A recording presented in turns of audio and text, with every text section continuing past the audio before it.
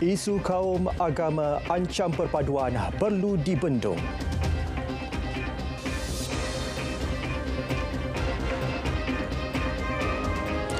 Assalamualaikum, salam Malaysia Madani. Isu agama dan kaum yang terus dijadikan bahan berpolitik hingga mengancam perpaduan rakyat negara ini perlu dibendung segera. Sultan Perak Sultan Nazrin Muizuddin Shah bertitah jika tidak, ia akan menyemarakkan api pemusuhan yang boleh memusnahkan negara. Baginda bertitah retorik dan slogan untuk meraih laba politik dan retorik atas nama agama yang keterlaluan bersifat provokatif ibarat menyalakan bara pemusuhan. Tindakan yang terus dicetuskan juga dibimbangi akan menyemai prasangka dan curiga dalam kalangan rakyat. Justru negara memerlukan kebijaksanaan pimpinan agar rakyat berasa selesa dan menghargai kepelbagaian kaum di negara ini.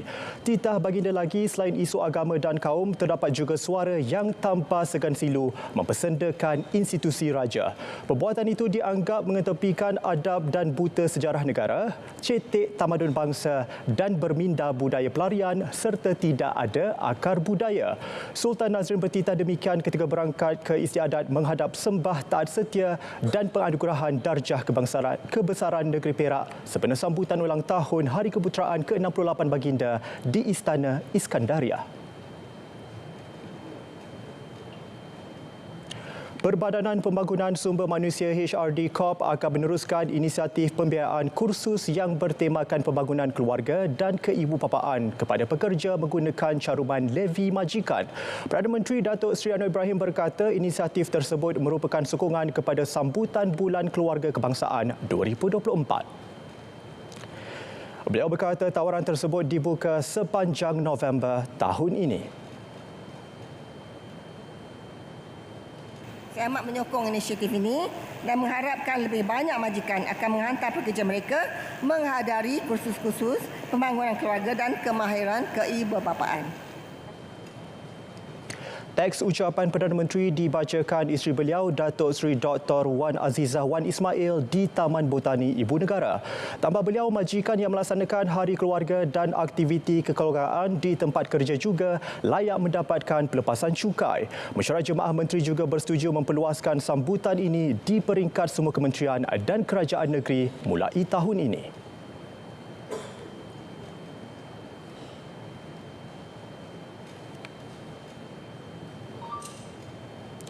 Sementara itu, semua agensi di bawah Kementerian Pelancongan Seni dan Budaya MOTEK diarahkan menawarkan pakej-pakej istimewa percutian keluarga sepanjang bulan ini. Ia turut melibatkan pengusaha pelancongan seperti hotel dan inap desa, Persatuan Taman Tema dan Persatuan Peniaga. Perdana Menteri juga menyarankan syarikat penerbangan turut sama memberi pakej keluarga bagi mana-mana destinasi percutian keluarga.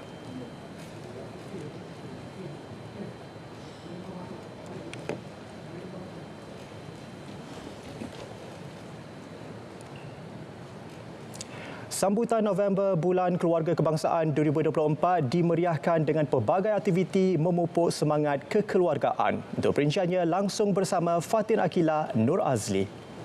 Silakan, Fatin.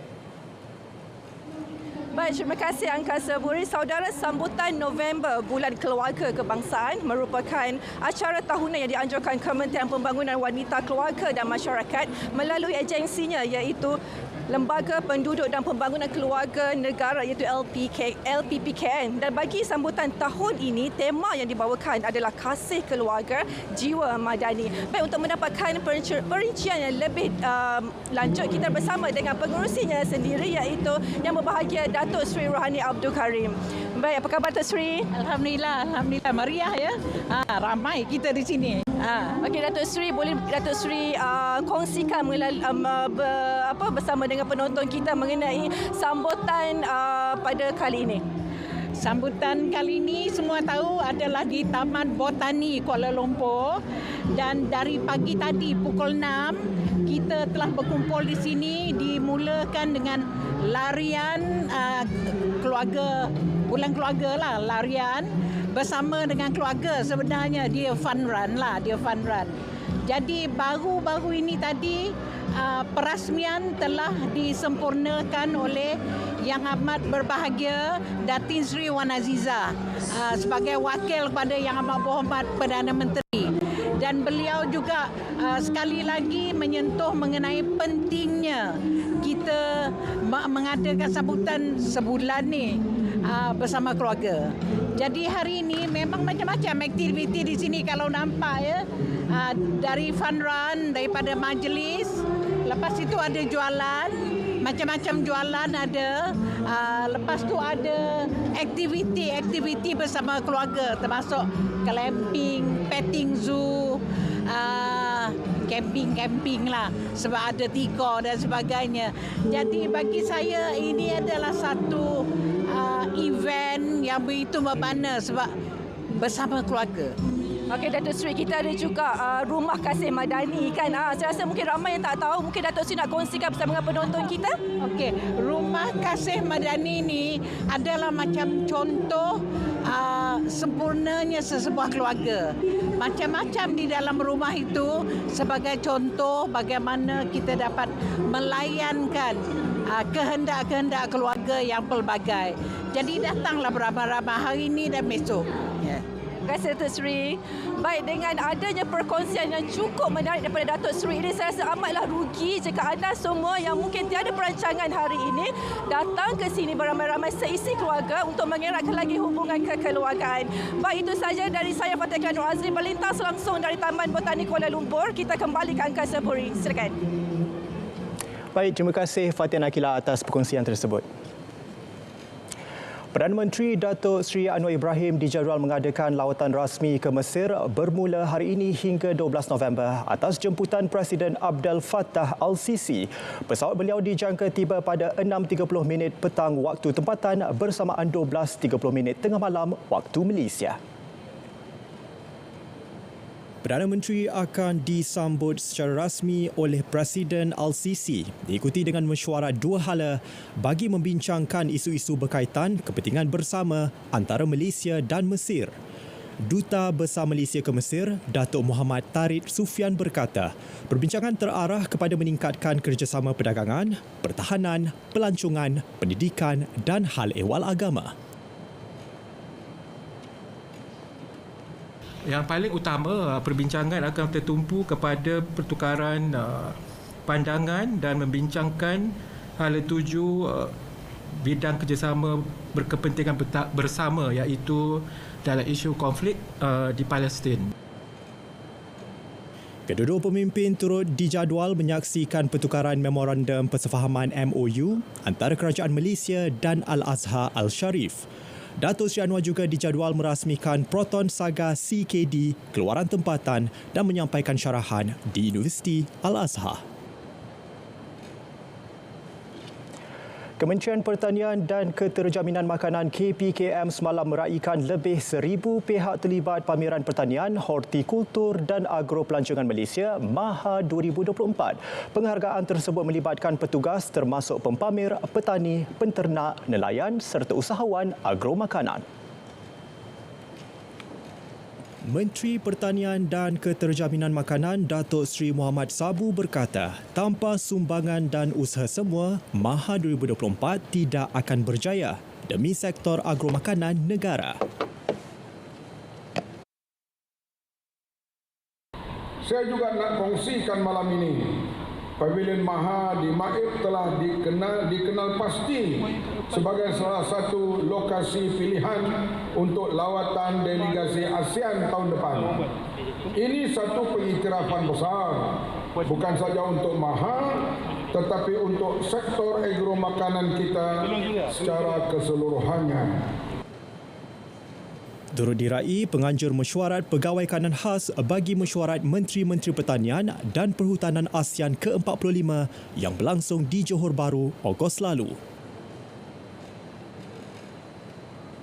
Mesyuarat ini telah berjaya mengukuhkan semangat kerjasama dan memperkukuh komitmen kita dalam mencapai objektif bersama di bidang pertanian dan perhutanan.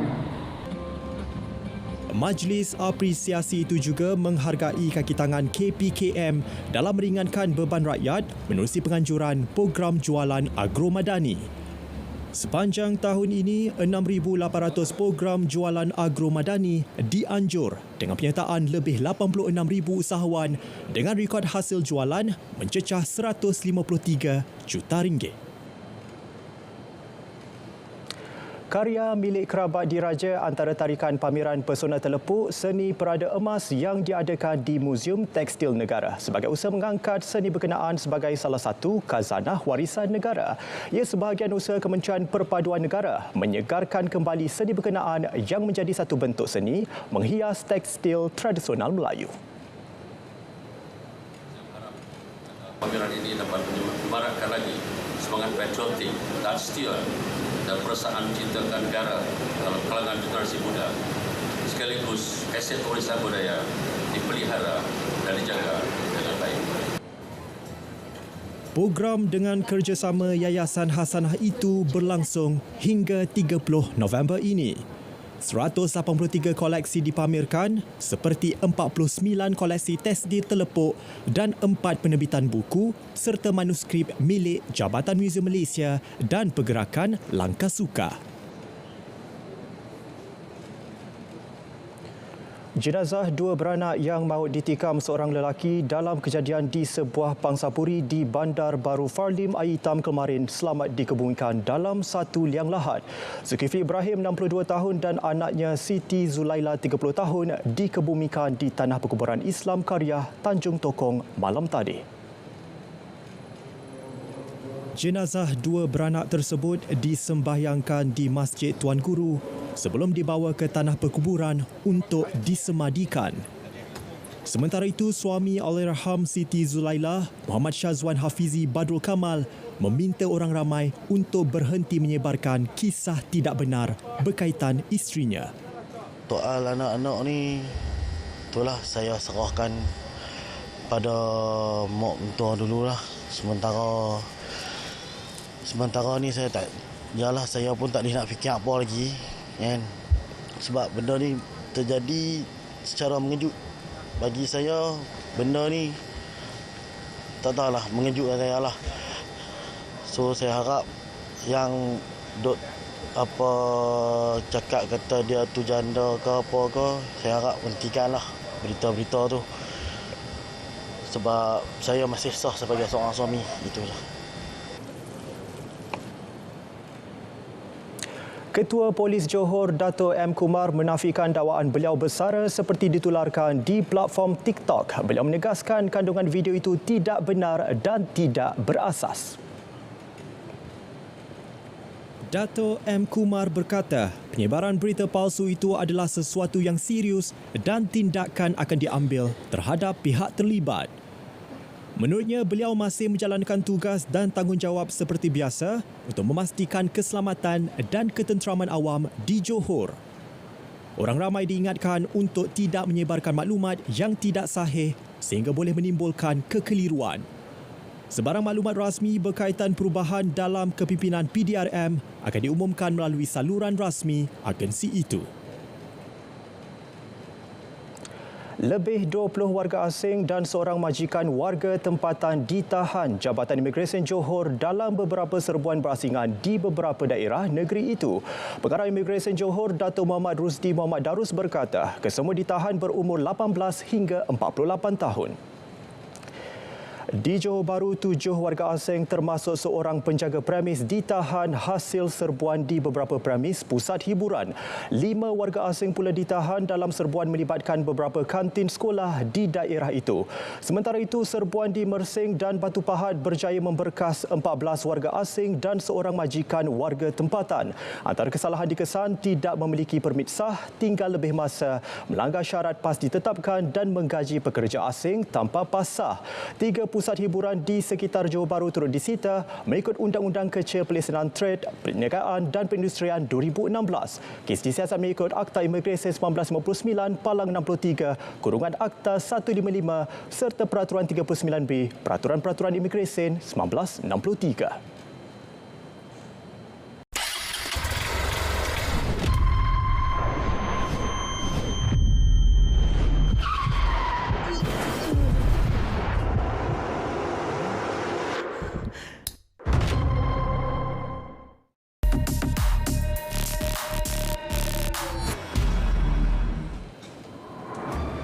Tular kononnya lawatan Perdana Menteri ke China hanya syok sendiri. Dakwa pempengaruh pembangkang bukan setakat Presiden negara itu, rakan sejawatannya pun tak adakan pertemuan dengan beliau. Malah, media yang buat liputan lawatan itu pula hanya agensi dari Malaysia. Semakan pasukan biar betul mendapati tuduhan bekas anggota polis yang dipecat itu tak benar. Ini kerana Presiden China ada buat pertemuan dengan Perdana Menteri. Begitu juga Perdana Menteri China. Perkara itu dapat liputan luas media. Turut tak ketinggalan terbitkan berita mengenainya agensi media antarabangsa. Tak mengapa jika tak pandai buat carian di internet. Yang penting, usah terlalu yakin hingga buka aib sendiri dengan reka cerita tak benar.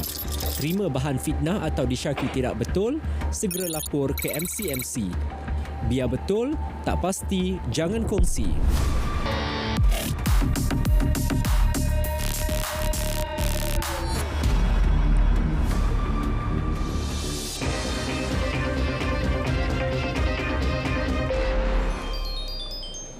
Bertemu kembali. Perjanjian Penubuhan Zon Ekonomi Khas Johor Singapura JSSEZ dijangka ditandatangani bulan depan. Ia bersempena pemukiman pemimpin Malaysia Singapura ke-11. Perkara itu dicapai Jawatankuasa bersama Peringkat Menteri bagi Iskandar Malaysia yang mengadakan mesyuarat khas bagi membincangkan kemajuan penubuhan JSSEZ. Kenyataan bersama Jawatankuasa itu memaklumkan struktur organisasi Jawatankuasa juga akan ditambah baik dalam usaha menyokong matlamat dan penubuhan JSSEZ. Turut diperkukuh kerjasama dua hala dalam bidang lain seperti pengangkutan dan alam sekitar. Jawatankuasa juga berharap dapat bersidang semula pada separuh pertama 2025 untuk mengekalkan momentum positif kerjasama dua hala. Mesyuarat itu dipengerusikan bersama Menteri Ekonomi Rafizi Ramli dan Menteri Pembangunan Negara Singapura Desmond Lee. Turut hadir Menteri Besar Johor Dato' On Hafiz Ghazi, Menteri Pengangkutan Singapura Chee Hong Tat serta pegawai kanan kedua-dua negara. Persatuan Takaful Malaysia MTA melancarkan Hijrah 27 bagi memperkukuhkan pelan transformasi hala tuju industri takaful. Menurut Ketua Pegawai Eksekutifnya Muhammad Razwan Mohamad, pelan tersebut mengandungi kerangka bagi pertumbuhan mapan, akses yang lebih luas, inovasi serta nilai sosial yang berimpak tinggi. Rangka kerja pelan ini memberi tumpuan kepada peningkatan pemahaman orang ramai tentang takaful dan meluaskan jangkauan kepada mereka yang tidak mempunyai akses termasuk perusahaan mikro, kecil dan sederhana PMKS. Sebelum ni isu unserved dan underserved ni dalam plan VBIT yang dikeluarkan tahun 2021 pun dan Financial Sector Blueprint 2022 semua bercakap tentang benda yang sama, tentang unserved dan underserved. Tapi bagaimana kita nak orang kata reach out to them, that's where plan transformasi Hijrah 27 tu memberi cara tentang bagaimana dari segi distribution, dari segi teknologi ataupun infrastruktur yang kita boleh gunakan lah. Beliau berkata demikian selepas pelancaran di Majlis Pelancaran Hijrah 27 oleh Persatuan Takaful Malaysia. Tambahnya, plan itu menggalakkan inisiatif yang sejajar dengan aspek persekitaran, sosial dan tadbir urus ESG. Untuk jangka panjang, ia diharap menjadikan takaful lebih inklusif dan responsif terhadap keperluan rakyat Malaysia yang pelbagai serta memacu industri takaful secara berterusan. Batik Air dan Fly Dubai mengumumkan kerjasama bagi memudahkan sambungan penerbangan antara Malaysia, Asia Barat dan destinasi global yang lain. Kerjasama strategik itu meningkatkan lebih banyak pilihan destinasi dan memperkukuh hubungan ekonomi antara rantau. Dengan menggabungkan rangkaian kedua-dua syarikat penerbangan, ia akan memudahkan perjalanan ke destinasi baharu dan mempererat hubungan antara Malaysia dan pelbagai lokasi global. Melalui perjanjian itu juga, penumpang kini dapat mengakses sambungan penerbangan ke 38 destinasi.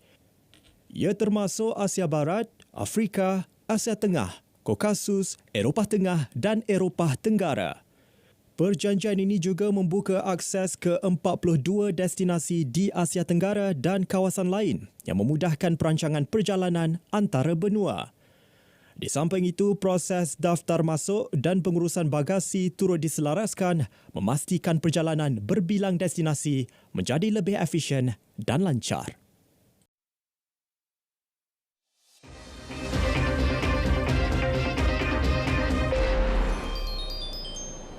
Demi pastikan keselamatan anggota pengaman Pertubuhan Bangsa Bersatu PBB di Selatan Lubnan, Malaysia seru Majlis Keselamatan PBB agar ambil tindakan segera yang tegas dan bersepadu. Kementerian Luar Negeri menerusi kenyataan menegaskan peranan penting pasukan interim PBB di Lubnan UNIFIL yang menjalankan mandat majlis itu tidak sepatutnya dikompromi. Malaysia mengutuk sekeras-kerasnya serangan rejim Zionis di Sidon, Selatan Lubnan pada 7 November lalu yang mengorbankan 3 orang awam dan mencederakan 6 anggota pengaman Malaysia dalam UNIFIL serta 3 askar Lubnan. Serangan haram berterusan Israel mencabul Undang-Undang Kemanusiaan Antarabangsa, Konvensyen Geneva dan Resolusi Majlis Keselamatan PBB 1701. Pasukan pengaman PBB turut menyelar serangan Israel yang dilihat secara sengaja menyasarkan pangkalan dan fasiliti mereka di selatan Lubnan. Tindakan haram rejim Zionis tersebut disifatkan melanggar undang-undang antarabangsa. Seramai 10,000 anggota pengaman ditugaskan di kawasan yang dikategori laluan biru terletak antara Israel dan Lubnan bagi menjaga keamanan kawasan. Sejak Israel lancar serangan darat ke atas kumpulan Hizbullah September lalu, UNIFIL mendakwa Zionis sengaja menyasarkan beberapa pangkalan mereka, termasuk menembak anggota pengaman dan memusnahkan pusat kawalan pemantau. Ireland akan adakan pilihan raya umumnya pada 29 November ini. Perkara itu diumum Perdana Menteri Simon Harris. Presiden Ireland Michael D. Higgins secara rasminya telah membubarkan Dewan Rendah Parlimen sekaligus menandakan permulaan kepada kempen pilihan raya umum negara itu. Harris merupakan ketua parti Fine Gael, mengetuai kerajaan campuran bersama parti Fianna Fáil dan The Green. Pada pilihan raya 2020, Sinn Féin, parti utama pembangkang, mencapai keputusan bersejarah dengan meraih 37 kerusi parlimen. Susulan pengumuman tarikh pilihan raya itu, ketua parti tersebut, Mary Lou McDonald berkata, sudah tiba masanya perubahan dilakukan untuk Ireland menerusi parti berkenaan. Pada pilihan raya akan datang, seramai 174 ahli parlimen MP akan dilantik dan memerlukan 88 sokongan MP untuk membentuk kerajaan majoriti. Ratusan ribu penunjuk perasaan membanjiri demonstrasi di Dhaka anjuran Parti Pembangkang Bangladesh Nasionalis Parti. Ia bagi menuntut pilihan raya yang bebas dan adil daripada kerajaan sementara diketuai pemenang hadiah Nobel Muhammad Yunus selepas bekas Perdana Menteri Sheikh Hasina digulingkan. Sepanjang pemerintahan Sheikh Hasina, Parti Nasionalis mendakwa pihaknya dikenakan tindakan keras berulang kali. Ini termasuk pembunuhan ratusan lawan politik, penculikan serta kehilangan yang bercanggah dengan undang-undang. Demonstrasi juga menuntut agar Sheikh Hasina dibawa ke muka pengadilan serta kerajaan baru yang dipilih benar-benar memahami denyut nadi rakyat.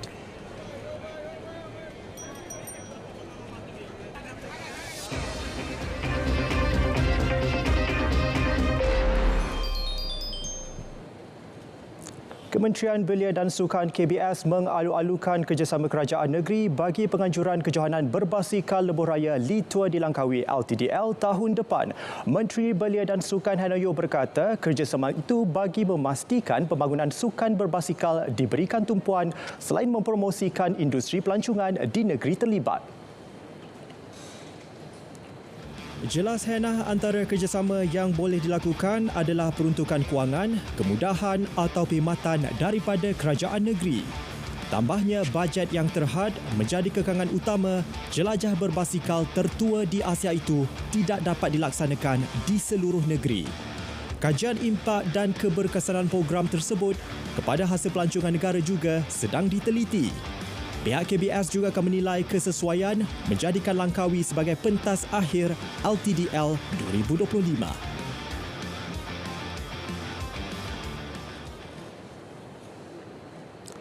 Kejohanan Dunia MLBB M6 Timbalan Menteri Belia dan Sukan Adam Adli optimis dua wakil negara Selangor Red Giants SRG dan Tim Vamos akan mempersembahkan prestasi terbaik pada kejohanan berprestij itu.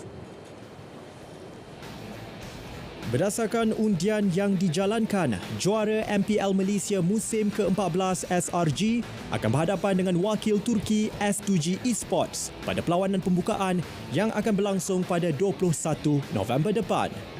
Tim Vamos pula akan memulakan kempen kejohanan itu bertemu Twisted Minds dari Arab Saudi.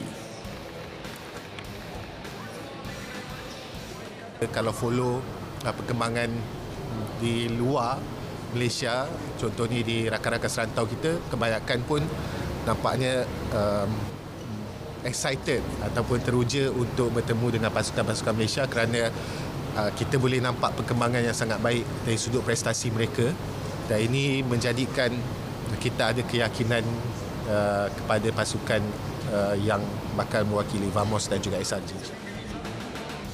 Kejohanan Dunia M6 akan bermula dengan pusingan wildcard berlangsung di Pusat Pameran dan Konvensyen IOI Putrajaya apabila 8 pasukan akan bersaing merebut satu tempat ke peringkat Swiss. Seterusnya, peringkat Swiss akan berlangsung dari 28 November hingga 5 Disember di lokasi yang sama dengan 16 pasukan akan disaring menjadi 8 untuk kepusingan play-off. Separuh akhir dan perlawanan akhir akan diadakan di Aziata Arena, Bukit Jalil. Kejohanan akhir Siri Dunia Mini GP 2024 pelumba cilik negara Qayyum Razin sasar podium pada kejohanan yang akan berlangsung di Sepanyol bermula Selasa depan. Qayyim yang membuat penampilan sulung pada Siri Dunia akan beraksi bagi kategori 190cc. Berdebar juga sebab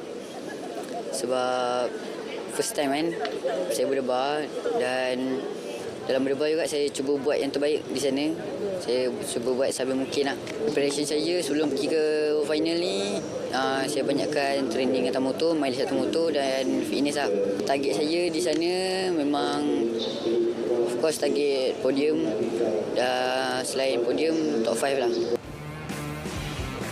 Selain Qayyim, 3 lagi pelumba yang menyertai beliau adalah Kabil Irfan Azlan, Adam Daniel Abdul Fattah serta Farish Hafi Farid Sazli.